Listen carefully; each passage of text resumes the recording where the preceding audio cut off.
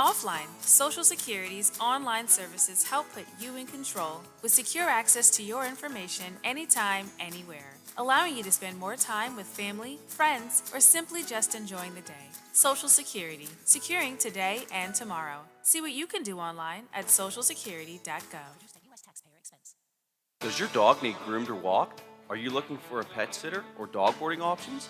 If so, call Dirty Paws, Wheeling's newest pet care service, providing the Ohio Valley with everyone's pet care needs.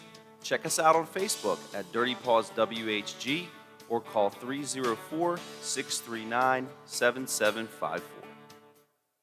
Plumbers and Steamfitters Local 83 want to thank the owners and contractors of the Ohio Valley for using their locally trained workers to help build for the future. Local 83 helps design, fabricate, and build the gas infrastructure for the oil and gas industry here in the Ohio Valley. Plumbers and Steamfitters Local 83 is 300 members strong and growing. They also do residential, commercial, and industrial work on both sides of the river. For more information, call Plumbers and Steamfitters Local 83 at 304-233-4445.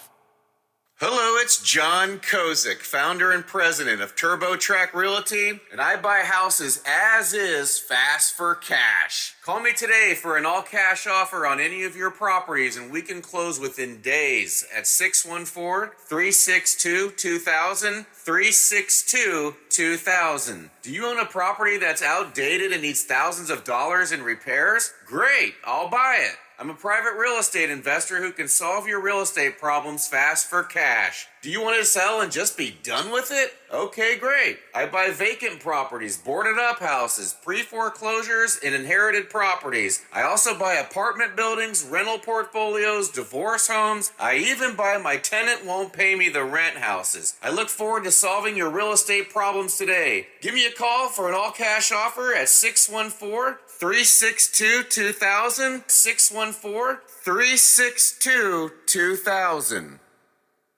African Safari Wildlife Park, the Midwest's only drive-through safari park, is home to many animals from around the world. Feed the animals up close and personal from the comfort of your own vehicle. Stroll the walkthrough with its many exciting animals on exhibit and enjoy educational animal programs. Visit the gift shop for souvenirs, food, and cold drinks. Don't miss out on the fun and family adventure and the unbeatable photo opportunities at African Safari Wildlife Park, located in Port Clinton, Ohio. For more details, visit africansafariwildlifepark.com.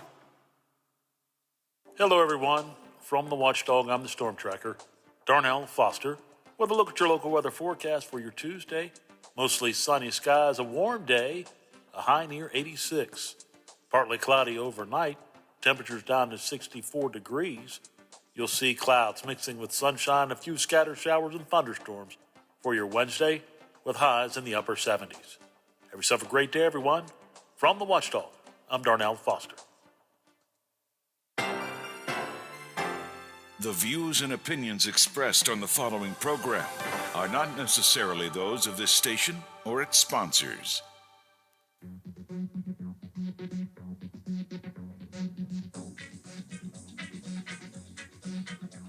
Informing and entertaining the Valley for over 25 years. This is the Watchdog Morning Show with Howard Monroe in the 100 Days of Summer. Temperature rising a bit, 65 degrees at the Wheeling, Ohio County Airport, 64 here at my home studios. Foggy and overcast in both cases. We are looking for the fog, the overcast to kind of fade away in the next couple hours, and we'll see a sunny day, maybe some rain coming in real late in the afternoon into the early evening hours. So not a bad day today to get out and do something or enjoy it, but it is overcast right now. 8:11 here on the Watchdog Morning Show. Coming up next hour, we will track the blast-off of Blue Horizon, the Jeff Bezos space shot today. Richard Branson went up into space, or close to space, or however they defined that last week, and Bezos goes up today. We'll talk about that. And we'll also talk with Bob Treveri from the Upper Ohio Valley Italian Festival in the next hour, because the Italian Festival is coming up this weekend, so we have a lot of territory to cover there. Right now, let's go to our national correspondent, Tom Squidieri. Good morning, Tom. Good morning. Happy Tuesday. Are you paying attention to the billionaire blasts off? Richard Branson last week, Bezos this week. Do you find it exciting or not? Well, I am paying attention to it. I've always been a space enthusiast, I guess. You know, I'm of the generation, I think that you are, you know, where it was really all exciting with Mercury and Apollo, of course. And I think it's today, I have to check my history, but I think it was today when, you know, they landed on the moon for the first time in the 60s. Right. So, you know, that I remember exactly where I was. You know, we were at a family friend's house, watching it on television, and you know, I just couldn't believe it. It was just so exciting, and you know, I fantasized about being an astronaut at one point, and you know, I was really disappointed that you know the sort of space exploration tailed off, and when it did, because I don't know, I think there's something in the human spirit that calls for us to explore, and you know, I realize the challenges, and it's amazing, you know, when you think back to the Apollo program and compared to what we have today, and how just smart those folks were using slide rulers and everything like that to figure out things. So, I mean, that's to address your question. I am interested. I mean, I tend to embrace the optimistic and positive view of this. That anytime you can have development like this, it could lead to positive things in other parts of our world, much like the space program led to many positive things for our world, you know, beyond space, and I'm talking beyond Velcro and stuff like that as well. So, you know, I get the fact that these are billionaires who have a lot of money to spend, and maybe there are problems on Earth that they should be addressing. But you know, I don't. That's a debate others can have. I mean, I wish them good luck and obviously safety. I think today's shot is going to be actually in lower space. Shepard went up, Alan Shepard, who, for younger listeners, was the first American to go into space. I think he went about 101 miles up, which puts you into space. And I think that this one is going to go a little bit less than that, but into space. Branson didn't actually go into technical space, but I'm not going to quibble about that.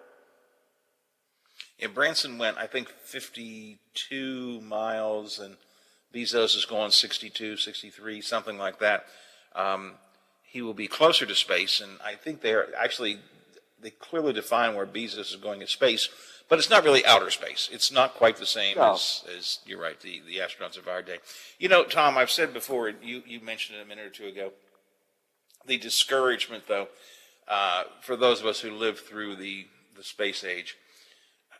When I, like you, watched the first landing on the moon, and I saw Neil Armstrong, and America just had this wonderful, the world really, this great sense of pride and excitement and relief and so on. If you had told me on that day that when my kids were adults, and I have grandkids, none of them would ever have seen a man on the moon, I wouldn't have believed it. Yeah. I mean, we went, we did it a few times, and then we kind of said, well, okay, been there, done that, and we just stopped. And that was always so weird, depressing, disappointing to me that we achieved this great success. And just kind of said, that's good, okay, we're done. Yeah, I understand the merit of the space shuttle program and the need to sort of make space access through the space shuttle and similar things more accessible to cargo in future, because that would be part of space exploration and traveling. I thought that, you know, at some point, you know, Mars would be next. It seemed like a logical step. You know, we did have a space station, International Space Station. Hey, Howard, let me share with you one tidbit from when I was watching. I remember this still, you know, and I guess it was Walter Cronkite we were watching, his commentary, and they were talking about how the event Neil Armstrong was being watched around the world. But of course, some parts of the world didn't have access to TV, or it was being censored. And they noted how maybe people in China would not know about this event, meaning the landing, for 10 years or so. And of course, now China has a very active space program. They have a space station as well, and they're seeking to put people on the moon and Mars. So you talk about how dynamics change, and there is, you know, from an event that Chinese may not have heard about when it happened to essentially contesting the U.S. and Russia in putting people into space and being more aggressive with the space program. You know, more power to them, of course, but I just sort of, I always wish that, you know, we would pursue it, because I think that, you know, eventually good things happen from that. So, again, good luck today to Jeff, and and I hope everything is safe, and perhaps it'll motivate others to revive the program in some way or not, in some form or fashion. Excuse me. Bezos was supposed to have another billionaire guest on this flight, which, according to the story that we had yesterday, the guy said he had a schedule conflict and couldn't make it. It strikes me as a weird thing to say. What kind of Wait a schedule minute. conflict? Let me see. Trip into space, or meeting on a new merchant. Let's see here. Well, but as a result, what apparently, delay, yeah. yeah, which can I put off? No, better go ahead and keep the meeting. Don't want to mess this up. It's probably a Zoom and how do you have a schedule? Don't you in your mind have like the date? If you're going into space, isn't that fairly firm? Yeah, I mean, I know sometimes I screw up on scheduling guests or something. Yeah, sometimes I screw up on scheduling guests. I'll say, can you come on tomorrow at 8? And then I forget. So, oh, shoot, Squiddy on at 8. I forget. But I don't think you'd forget that you're going to space, right? Well, if you do, I don't want you driving the space module. Man. Forget. I do think you probably know this better than I do, but I think it's kind of cool. Just again, being positive about all this. I think that there's an 18-year-old going up who will be the youngest person in space. Yep. And a woman who was a pilot. And Bezos will be the oldest. Oh, I thought there was a woman who was going up with him who never has been in space, who tried to get the astronaut program. It's something. Some of these storylines I get confused, but yeah, Bezos will be the oldest. Is that correct? Yeah. So there you go. That's kind of neat. It's very neat. It's very neat. Now, here's my question to you, Tom Scudieri. Would you want to, if they gave you a free pass on the ship, would you go? Absolutely. I would not. I would cancel, my meetings and go. I have so many. I would blow off the Pentagon press conference for that. The daily briefing. No, I sure would. I mean, again, part of what we talked about before, the excitement still courses through me, Howard. After seeing the space program and the descriptions of those who have gone up to space and looking at the Earth in its entirety and all that just really sounds magnificent to me. And plus, I'm old enough now that if something would happen, God forbid, but I wouldn't feel like my life was wasted. I mean, what a way to go! Gee whiz, blasting toward heavens, and there you go. You're heading in the right direction. Yeah. For me, that might be the push I need. Yeah, and you mentioned that what I would most look forward to is the sight that I keep hearing about, which is the ability to turn around and look down at the Earth and see the Earth as one great big unified ball.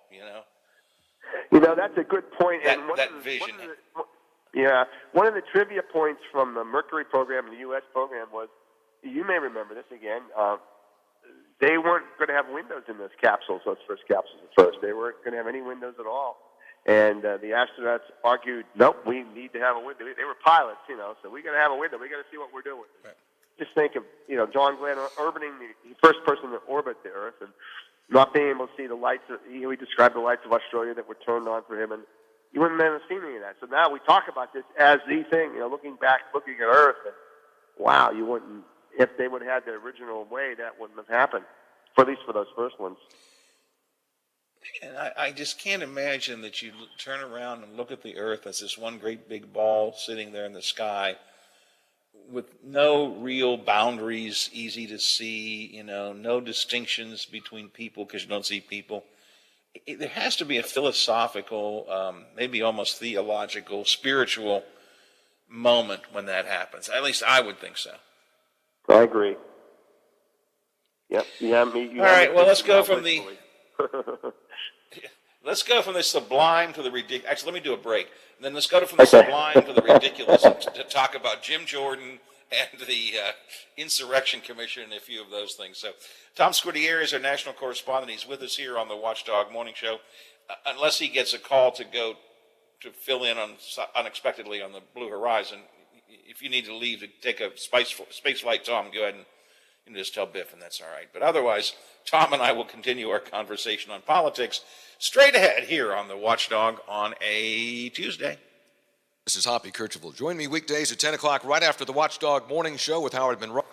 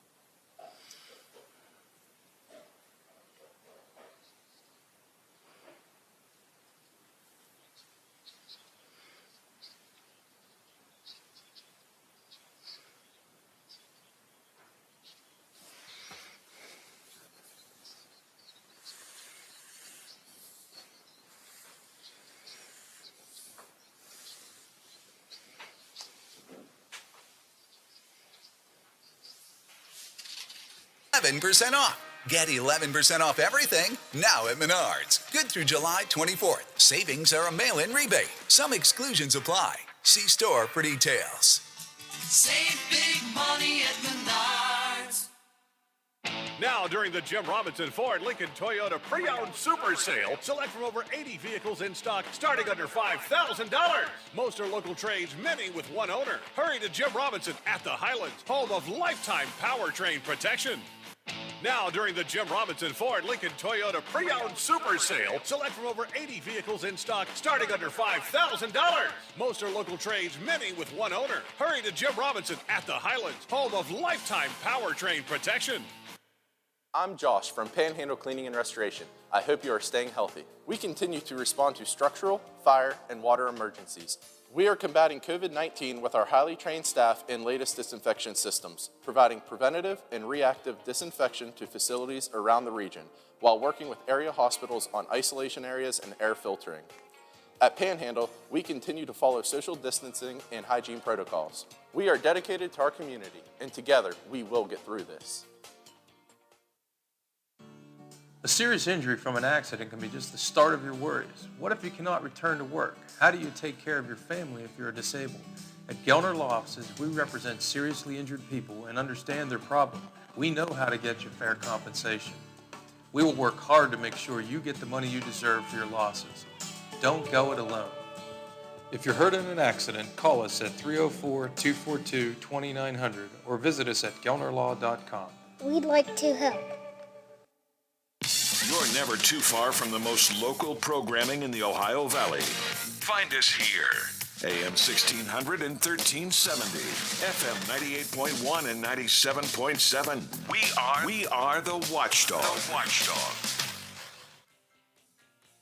Miss a part of the show? Want to hear a segment again? Check out our podcast page at watchdognetwork.com. The Watchdog Morning Show with Howard Monroe continues. 8:25, 25 after the hour, 65 degrees at the airport, 64 here at the home studios and at the Robinson Auto Group Studios, downtown Wheeling, in the heart of the Ohio Valley. Tom Squitieri is our national correspondent. He's here with us this morning. And Tom, the House Commission on Investigation of the Insurrection, I don't know what they officially call it, but the group that Nancy Pelosi set up to do a quasi-independent, it's not independent because it's set up by the House, but a quasi-independent investigation into what happened on January 6th has been established now for a while. The Democrats, I think, have picked their folks. Yesterday, House Minority Leader Kevin McCarthy picked the 5 Republicans that he wants on the group. It is, to say at least, an interesting group of people he picked, though. Yeah, first, interesting is there's no female Republicans on it, and the word is that none would take it. None wanted to be on the panel, including Elise Stefanik, who, of course, has emerged as sort of the rock star, the female rock star of the House Republicans. Apparently, the only ones who were interested were non-starters for him, for McCarthy. Merrill Green, from Georgia, and Bullhart from Colorado. You didn't want either of them on there for the obvious reasons. They would be perfect for the Democratic foil. Yeah, I think of the four of them voted against certifying the election. So there you go. There's that. But they have the makeup other than Jim Jordan of Ohio, who's considered an outspoken acolyte of President Trump and everything, former President Trump and everything he advocates. The other four have good reputations in the House as being reasonable individuals, as far as the lack of bipartisanship exists in the House these days. The whole idea is the Republicans they're doing what I used to call a Jesse Helms. When Jesse Helms was in the Senate, the senator from North Carolina, he would attack legislation he didn't like by putting sort of poison pill amendments, try to get those passed to the bill, and then he'd vote against the bill no matter what was in it. I kind of see what the Republicans are doing in the House as a similar tactic. They're going to complain. It should cover the police, the riots and civil unrest in the cities last summer as part of this commission, which has nothing to do with January 6th directly anyway. Then they're going to complain that the January 6th wasn't an insurrection. They don't like the word. In other words, they're going to complain and oppose everything about the commission. And I will grant you, I will put a bet on with you that when and if the commission ever finishes its work, and that's a big if, and issues a report, they'll object to it.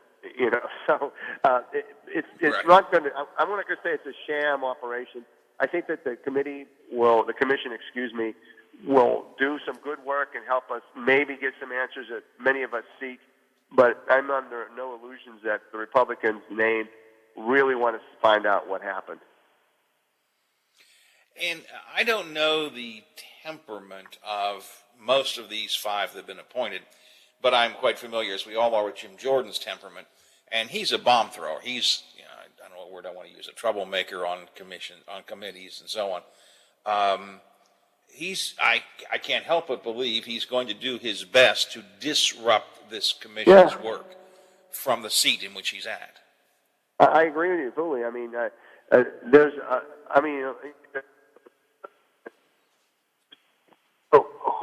who wanted to be on it? And I think the Republicans faced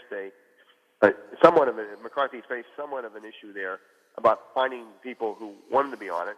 Now, if you look at the selections he made on paper, other than the fact there's no female on it, it's a difference in the members in background and perspective on things. So on paper, it looks good, even with a bomb thrower like Jordan on the five. But I go back to what I said, and I don't want to just keep repeating it. I'm skeptical of the veracity of honest and open interest among the Republicans to do anything but make this to sabotage the work of this commission. You made a point a minute ago, and I heard on one of our ABC newscasts earlier this morning, and I don't remember who it was, but a Republican making the point that how can this be a commission looking into political violence if they don't look into the political violence on the streets of Chicago and so on before? And, of course, the point is this is not a commission looking into, quote, political violence. This is a commission looking into what happened on January 6th, period. And that's the purpose, that's the intent, that's the stated goal of the commission. So it's not to look into every time there's been any sort of political violence, whether you believe or don't believe that some of the protests in the street were political violence. This is to look at January 6th. Do you think, Tom, Howard, let me address that if I may, because you're very right about that, and I was thinking about that a little bit. Here's the parallel. I would love to hear your thoughts on this, and pardon me again for interrupting. If you use the September 11th Commission as the model, this is what it was supposed to be, the September 11th Commission did look into other things that happened or did not happen or on U.S. soil or related as the prelude to September 11th. So in other words, it looked a little bit at the World Trade Center bombing in the garage that happened years before that, because you could see the flow of terrorism that led up to September 11th. If you follow that parallel, and an honest commission would look at other incidents that happened in the United States in the past year, perhaps, to see if there was any relevance to January 6th, such as the attempt in Michigan to seize the governor. Yes. Okay? There are things like that did happen that summer. And I would be open, again, to a legitimate query as to any of those political insurrectionist type things that Republicans claim happened in the cities. had a parallel or were connected. Who knows? You know what, Howard? Who knows? Maybe there was some kind of connection in one or two of them. I doubt it, but there may be. But by insisting right away that there is, you're putting this, you're writing the story before you get the facts, okay? And so, to me, the parallel of the September 11th Commission is the one that should be followed. That, follow, if you get an idea, if someone testifies or you cover something, and again, I use the Michigan one as a great example because in a sense that was a dress rehearsal maybe for what happened in January 6th. So, sure, let's look at other things that did happen in America that could have a relevance. But let's do it through the lens of let's start with January 6th and work our way back as opposed to presuming that this one, because we don't like it, has to be part of this commission. Yeah, So I don't know what your thoughts are on that, With the September 11th Commission, they looked into other things other than what happened on that specific day, but they did look at things that had relevance to that day. Yeah. It wasn't, they didn't look at all cases all across America where there's been any sort of Muslim violence or anything of that nature. They looked at cases where there seemed to have been some connection that could have been a lead up to a connection with some of the people involved and so on. That makes sense. Same thing true here, I think. It certainly would make sense in the course of the investigation if there are issues that arise that seem to be connected to January 6th, then you pursue that. But this is not, the goal of the commission is not to look at political violence in America. That's not its point. I mean, that would be an unbelievably difficult task to undertake. Yeah. Some other political violent incidents may very well have a connection to January 6th, and that should be there. Tom, am I correct about this, though? Nancy Pelosi theoretically has a veto over these five that McCarthy selected yesterday. Is that not right? I think theoretically she does, but I doubt she will use it. I mean, she wants to get the commission going, and she already showed one of her trump cards by naming Liz Cheney as one of her selections, and I think that in itself is your veto because you'll have her looking at this whole thing from a different perspective than the other Republicans on the committee, and let Liz Cheney speak her mind wherever it goes. I think Pelosi knows this is a political hot potato, and to veto members, that just plays into the argument. And I would not disagree that, she's trying to stack the deck to make it the outcome. Let the Republicans put on it who they want. And, our country, we've talked about this before, is so polarized and divided already that no matter really what the commission says, even if all members agree, people will not agree with it. So just play it out now at this point. Get going and see what you find. Yeah, I guess that's right. I'm still not 100% sure this is just a gut that she won't choose to reject Jim Jordan. Problem with that, because the others, I don't think she would use these people voted to overturn the election as a motivation. But again, I go to Jim Jordan's particular temperament and the way he handles things. I could see her saying that we don't feel we could get a useful commission with him stirring trouble. But unfortunately, he's also, because of his higher profile, any action against him would be the one that would stir up most, what's I'm looking for, feedback, blowback against her. So maybe let's just move forward and see what happens, I guess. And you're right, in the end, people who are going to believe it, people who don't. Although, Tom, I got to tell you as we wrap it up here, I've been looking at a lot of the video again recently. I just don't understand how anybody is claiming this was anything other than a violent act to overthrow at least the results of that election, if not essentially overthrow the government. I don't understand how any human being can see those various videos and say things like, well, they were just tourists or they were just well-meaning patriots or whatever. I don't get it. I just can't comprehend it. Well, I would find that. I'm still waiting for the argument to convince me of that as well. Mm-hmm. Yeah, and I don't think there is one. Again, it's I guess lucky maybe isn't the right word, but we were lucky that so many of these folks were so arrogant they brought their own cameras recorded themselves doing what they did. All right, Tom, listen, good talking to you as always. We'll talk again next week. Unless you get to go up into, unless you go to space, in which case, take a picture for me. Okay, a good selfie. Thanks. Yeah, right. Bye, Howard. Thanks, Tom. Tom Squittieri, our national correspondent, checking in this morning here on the Watchdog Morning Show. Next hour, I think ABC will give us some live coverage of the actual blast-off, if you will, of Jeff Bezos into space on the Blue Horizon. And we may carry a little bit of that tomorrow, next hour here on the show, as well as conversation with Bob Taveri from the UNDO's Upper Ohio Valley Italian Heritage Festival. So we got a lot of territory yet to cover. Got some entertainment stuff I want to get to coming up in the next half hour of the show as well. Cosby, among other things. So take a break, check into some news, some sports for you, and then the conversation continues. We have the Watchdog Morning Show on a Tuesday here on WKKX and WVOI. The WTRF Channel 7 News Update is brought to you by Thomas Auto Centers, Mall Road, St. Clairsville. Get the best deal at Thomas Auto Centers. Now it's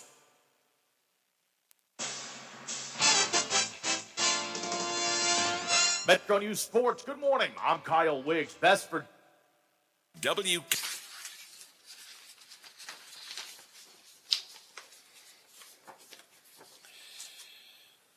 Biff,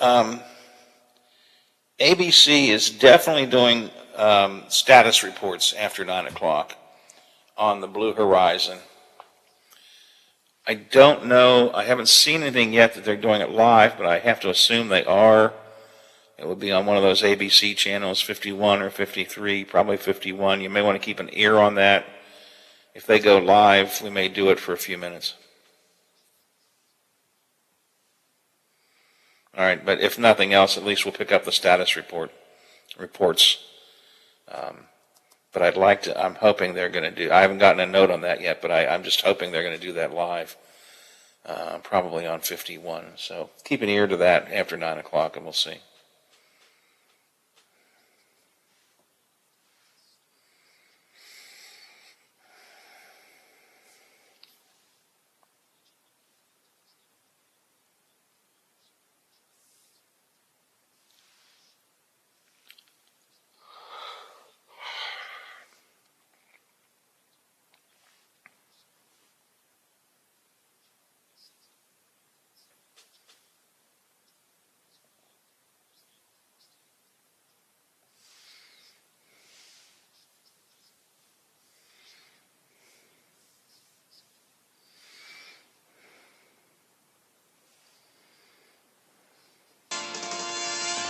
Metro News Sports. Good morning. I'm Kyle Wiggs. Best Virginia advanced at TBT while Heard That's run came to an end.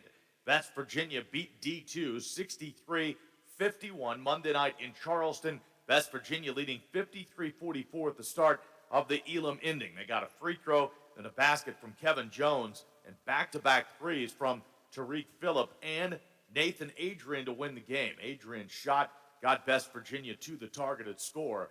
Kevin Jones had a team-high 13 points in the win. West Virginia will advance to take on Team 23 in the regional championship coming up Wednesday night from Charleston. Team 23 in a dramatic victory over Heard That, 74-71. Each team had a chance to win it in the Elam ending. Marshall turned the ball over on its last possession. Then J.D. Sword hit a three-pointer to beat the shot clock by a second. And that got Team 23 to the targeted score. 74-71 was the final score there. John Elmore of Heard That led all players with 28 points. Stevie Browning had 15 points. Ja'Cory Williams added 13. Team 23 beats Heard That 74-71 in Charleston. You're listening to Metro News, the voice of West Virginia. Other half of the Charleston bracket, TBT number 1 seed Sideline Cancer beat the Fort Wayne Champs 92-71. Marcus Keene scored 24 points. 12th seed Buccaneers beat Armored Athletes 79-60. Major League Baseball, Arizona over the Pirates 4-2. Mets beat the Reds 15-11 on Monday night. From the Metro News Sports Desk, I'm Kyle Wiggs. Over the years, you've brought opioids into your home. They helped when you were in pain, and you held on to them just in case. But holding on to opioids puts your family at risk. Learn more at www.fda.gov/drug disposal. Plumbers and Steamfitters Local 83 want to thank the owners and contractors of the Ohio Valley for using their locally trained workers to help build for the future. Local 83 helps design, fabricate, and build the gas infrastructure for the oil and gas industry here in the Ohio Valley. Plumbers and Steamfitters Local 83 is 300 members strong and growing. They also do residential, commercial, and industrial work on both sides of the river. For more information, call Plumbers and Steamfitters Local 83 at 304-233-4445. Value starts here at your Toyota dealer with savings and reliability you can count on. So check out a RAV4 now with up to $750 cash back, or a Camry with up to $1,250 cash back, or go with a Corolla and take up to $1,000 cash back. Visit buyatoyota.com and find a dealer near you. You can take cash back or apply toward down payment. Offers may vary for hybrid models. See your dealer for details. Offers end August 2nd. Toyota, let's go places. Value starts here at your Toyota dealer with savings and reliability you can count on.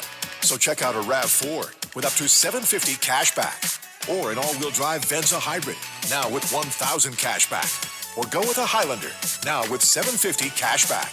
Visit buyatoyota.com for more great deals. You can take cash back or apply toward down payment. See your dealer for details. Offers end August 2nd. Toyota, let's go places. Hey, I'm going to the kitchen. Can I grab you a Coors Light? Yeah, that sounds good. Huh. I never knew there was a zip line in my fridge. Hey! Hey, buddy! Yeah? You got 2 Coors Lights up there? You got it! Always brewed down to 34 degrees. With a taste as cold as the Rockies, only Coors Light gives you refreshment every time. Here you go. 2 Coors Lights. Awesome, man. Wow, these are really cold. That's the only way I deliver it. Sure. I mean, you being a mountain climber and all. Yep. You probably need a pretty warm coat in there, huh? Yep. Hey, Ben! Yeah!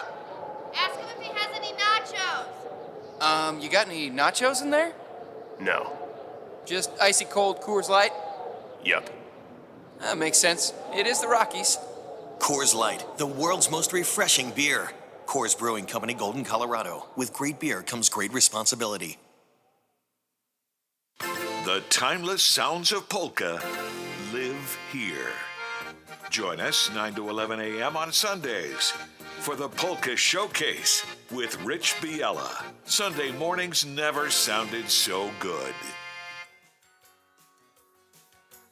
Live and local for the Ohio Valley, the Watchdog Morning Show with Howard Monroe continues.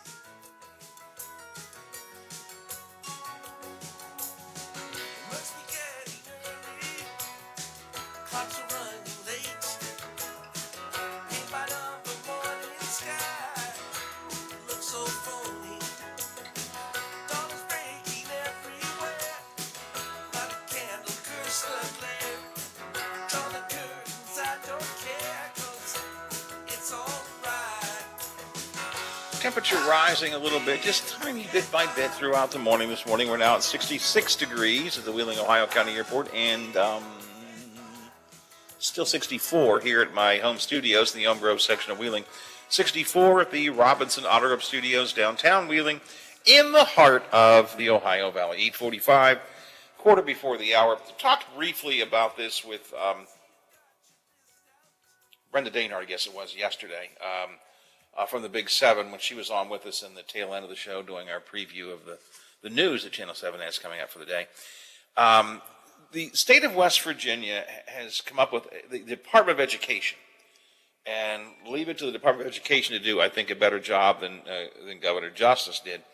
The Department of Education has come up with a plan to focus on kids getting vaccinated in schools, which to me makes a lot more sense than the general Do It for Baby Dog contest. The problem we have with the Do It for Baby Dog contest is the people who were going to, everybody's in the mix, right? Everybody. If you live in the state and you got vaccinated, then you're in the mix for the $1 million or the free getaway weekend or the guns or the trucks or whatever. And it's not helped with the vaccination rate at all because everybody's in the mix. And there's nothing that really is pushing non-vaccinated people to get vaccinated. But the Department of Education in West Virginia has launched what they call the I Got Vaxxed competition. This is strictly among schools. It's voluntary. It's not mandatory. Nobody's being forced to get a vaccine. Let's be clear about that. But the State Department of Education has this I Got Vaxxed competition. And throughout the state, one high school, one middle school, one elementary school will earn $5,000 for having the highest percentage of eligible people vaccinated. So what they're doing is having vaccination clinics in the schools, and again, it's not mandatory, but if students choose to go to get vaccinated, the ones that have the highest percentage of their students get vaccinated will then receive the $5,000. Biff, I like this because it focuses right on the people we need to get vaccinated, the younger folks. It's not just everybody. Yeah, what have you we? And I can't win this. And what have we been hearing? The population that's been least vaccinated. It's the younger people. Right. And the baby doll contest is just a baby doll. The baby dog contest is just not motivating people to get vaccinated. I mean, I've said it over and over again. It's really just become nothing more than a Jim Justice game show, so he can go around the state and I brought you a present. Yay! Here's my doggy, and he's going to give you a key to a car. Yay! And that's all. It just doesn't really motivate anybody to get vaccinated if you're not. But I think this will. Students like competition among themselves. This is a competition just for students, and in each age group, high school, middle school, elementary school. And the statewide, the group that has the highest, not number because schools vary in size, but percentage of their students vaccinated will then get to $5,000. Wetzel County schools are among those taking part in this. I don't know if any others are or not. Big Seven did a piece out of Wetzel County yesterday where the superintendent says that she feels their kids are very motivated and are going to really step up to the plate. If anyone can do it, Wetzel County can. She said our goal is to come back to school normal, whatever normal might be, and not have to rely on the masks. So, I just think it's a much smarter, more directed approach than the governor's approach. I want to say, as I always do, I believe the governor's heart's in the right place. I mean, I really do. I think the governor wants people vaccinated. Although I think it's reached the point now where he just likes being Monty Hall or Bob Barker or whoever. He likes being the game show host now. He likes wandering into Hardee's and saying, well, hi there, are you Brad Leonard? Well, Brad Leonard, I got something special for you, and I got a little doggy who wants to talk to you. Although you remember last time when he brought baby dog out to, I think it was the coach. What was he a coach for, Biff? Coach Sowers. Riverside High School. He brought baby dog out and said, well, baby dog is here and wants to give you something. You want to give him a hug? And the coach said, no. Maybe I'll pet him. How's that? Can we go with a pet instead? And yeah.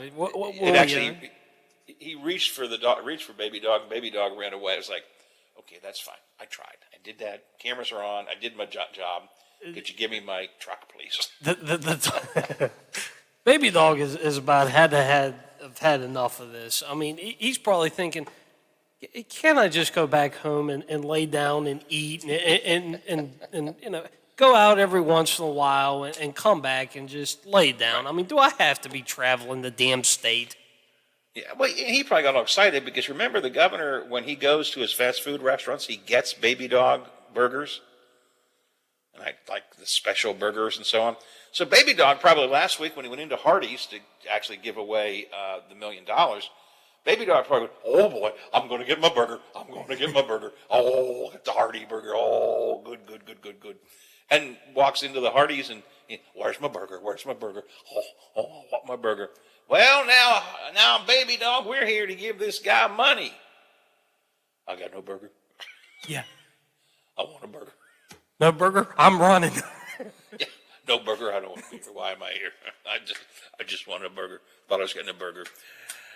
Anyway, but I do want to commend the Department of Education because I think this is a fairly smart move. Focus on the schools, make it a competition among students because students love to get competitive with each other. And I think you will see probably a greater vaccination rate increase as a result of this than you do of any of the baby dog stuff. I could be wrong. Maybe I'm wrong, but I think it's a good idea. And I don't know if any of you know if any of the other local schools are doing this. I just know what Channel 7 reported yesterday, which was that Wetzel County is working on this new competition. They call it the I Got Vaxxed competition. If any of the other local schools, Marshall, Ohio, Brook, whatever county schools are doing it, please let me know. Text me 304-214-1600, 304-214-1600, or if you prefer, you can call me 304-232-8255. Time is running short on phone calls, but if you want to do that, you can. 7 till the hour here on the Watchdog Morning Show. A couple of entertainment tidbits I want to get in here. Can we do some entertainment news, Brother Biff? We got it. Let me find. There it is. Had to find it.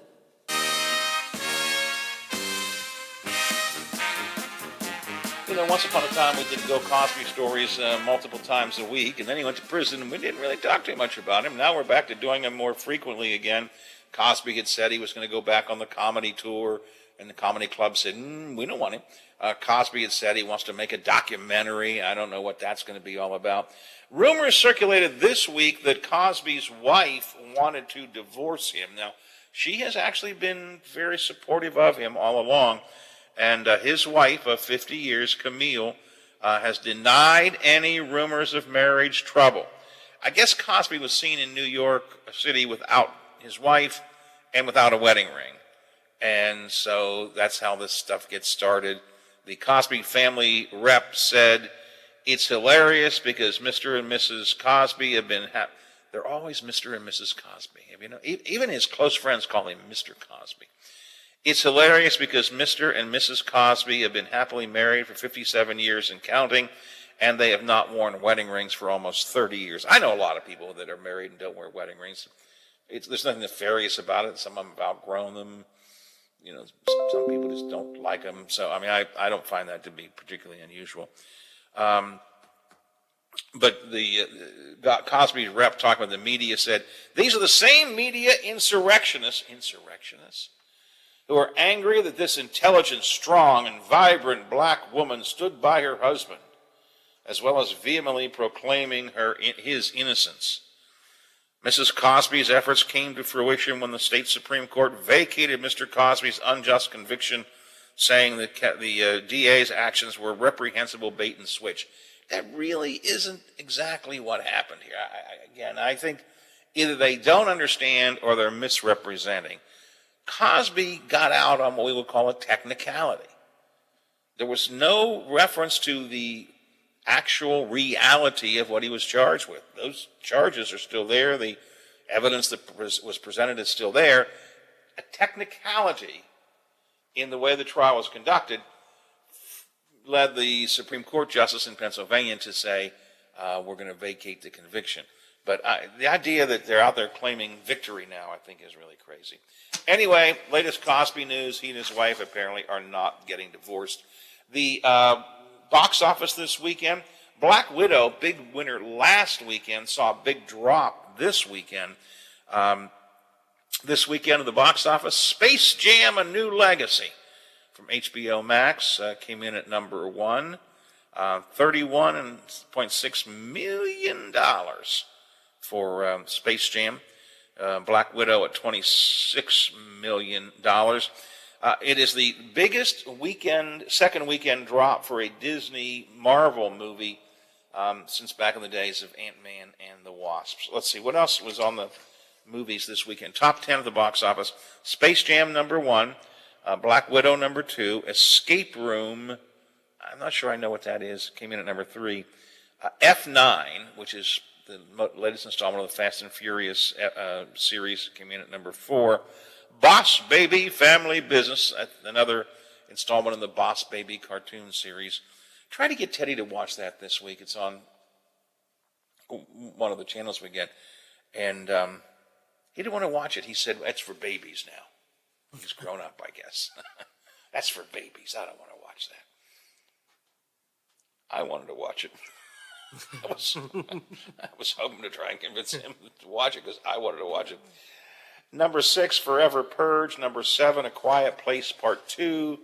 Number 8, Road Runner. I don't know if that's beep beep or not. Cruella, at least I know that one, came in at number 9. And Pig, number 10. The bottom 5 I know nothing about. But that's what we had at the box office over the past weekend. Biff, do we have some entertainment news here as well? Yeah, we have that. ABC's got to look at some other entertainment stories for us here. ABC Entertainment News. Turns out the only act strong enough to knock K-pop powerhouse BTS out of the #1 spot is BTS. Their latest single, Permission to Dance, has replaced their hit Butter atop the Billboard Hot 100 after the latter spent 7 weeks there. It's the 5th Hot 100 #1 in just over 10 months for the group. Olivia Rodrigo's Sour, featuring her record-setting hit debut single Driver's License, just notched its 4th total week atop the Billboard 200 Albums chart. Congratulations to Halsey. The Without Me singer just revealed she gave birth last week to her first child with boyfriend Alev Aiden. The child's name is Ender Ridley Aiden, though the infant's gender wasn't disclosed. Megan Thee Stallion's just become the first rapper to cover Sports Illustrated's annual swimsuit issue. It goes on sale July 22nd. And rock legend Carlos Santana is 74 Tuesday. I'm Christopher Watson, ABC News. One final entertainment tidbit for you. Former Fox News host Bill O'Reilly has been doing a history tour, he calls it, with former President Donald Trump. And Politico reported this week that ticket sales were very, very low, citing conversations with ticket sellers at the various venues. Politico reported the tickets for the tour have so far been super slow compared to other events that the arenas have scheduled. O'Reilly, because he's got such a thin skin all the time anyways, he loves to dish it out but can't take it. He's decided to sue. He's going to sue. Don't you say my tour didn't do well. I'm going to sue you. Suits are the last vestige of a small mind. All right, 9 o'clock, Watchdog Morning Show, the blast off of Blue Horizon, and the start of the Italian Fest next hour.